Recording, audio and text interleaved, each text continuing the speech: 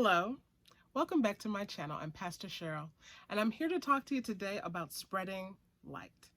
Consider these words of Psalm 97 with me, beginning at the 10th verse. Those of you who love the Lord hate evil. God guards the lives of his faithful ones, delivering them from the power of the wicked. Light is planted like seed for the righteous person. Joy too for those whose heart is right. Rejoice in the Lord, righteous ones. Give thanks to his holy name. In this passage of scripture, we hear the psalmist exhorting the people to hate evil. If you love God, the psalmist says, you hate evil. God is the one who guards us, who delivers us from evil, from the power of the wicked. And then the conversation turns to light and says, light is planted like seed for the righteous person. Joy too for those whose heart is right. Light is planted like seed. When you think about what light is, what is light? And I actually took a moment to Google the definition for light, and one of the definition that came up said that light stimulates, in part it says, light stimulates sight and makes things visible. Light is what enables us to see. We know that intuitively, right? If you go into a room and you can't quite see your surroundings or the contents of that room, what do first? You look for a light switch. You turn on the light. If you're in a place where there isn't that type of light or natural light, if you have your smartphone with you, you might turn on the flashlight on that. If the lights go out, if the electricity goes out and you're plunged into darkness, you'll find candles and alternative sources that will enable you to see. When there's a gloomy day where the clouds are overcast, we can still see because the light of the sun, the essence of that light transmits through the clouds. And it's only when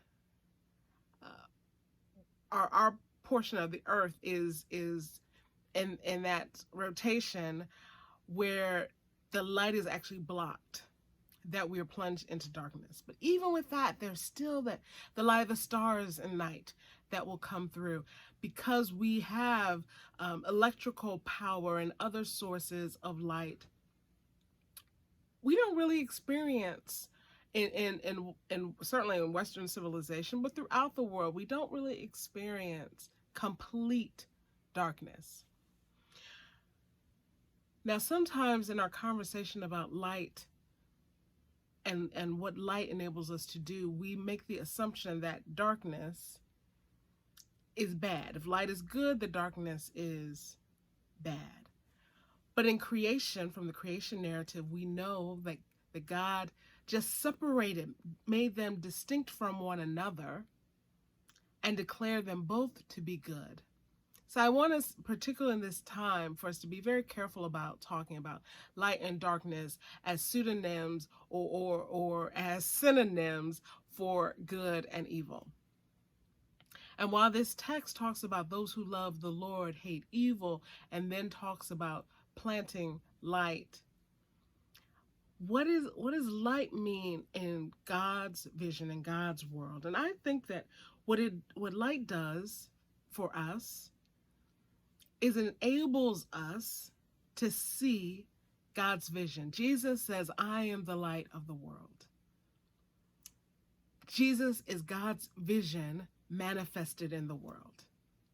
And to the extent that we follow Jesus and we model the behavior that he modeled, that we follow Jesus as our example of how to live, how to be, how to move and interact and relate in the world, then yes, we are called to emit light, to enable people to see God's vision in the world.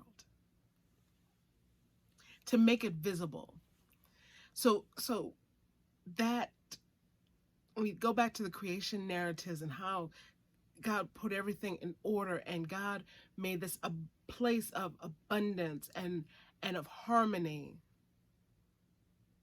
and of relationship without boundaries or barriers. Then that's what we're supposed to make visible in the world.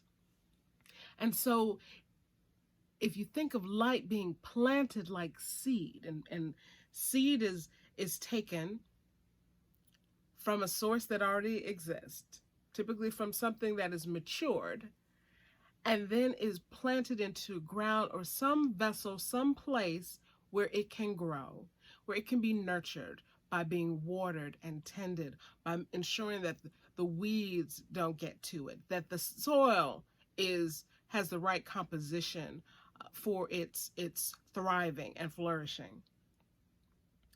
And so if we then are to be light, when we are mature as light, then we produce seed. Our light produces seed. And what seed is that which when it grows replicates what it came from.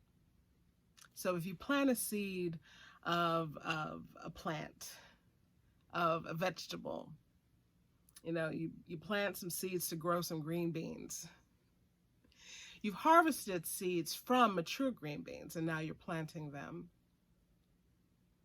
And when they grow, you evaluate them against a mature green bean. It's the same way when we plant light.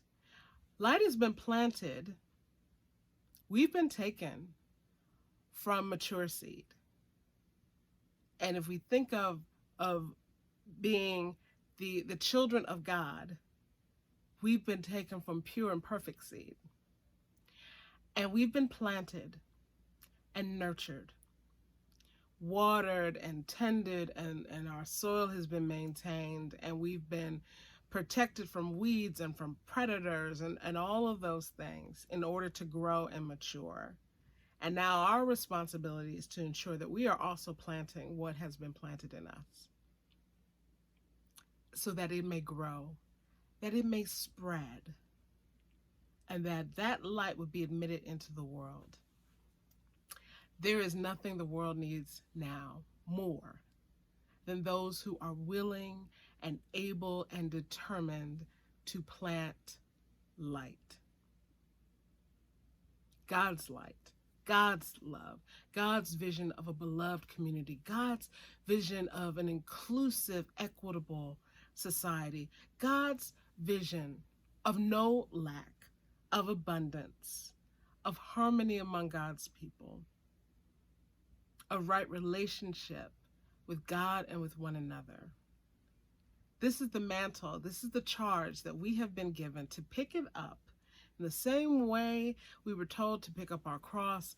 Even more than that, day by day, most of us are called to pick up the seeds of light that have been given to us, to spread them far and wide, to nurture them, to tend them, to keep them, and to grow and spread them. So light planters out there, be encouraged that God sees the work that you do.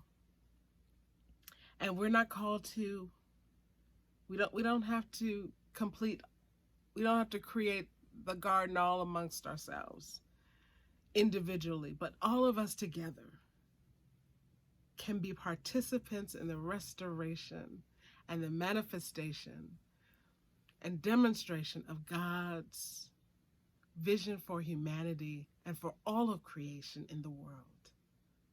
Thank you for spending this time with me. I pray that God blesses you and keeps you. If you have thoughts or reflections on what I have said, please feel free in the comments to share those with me. I'd love to hear from you.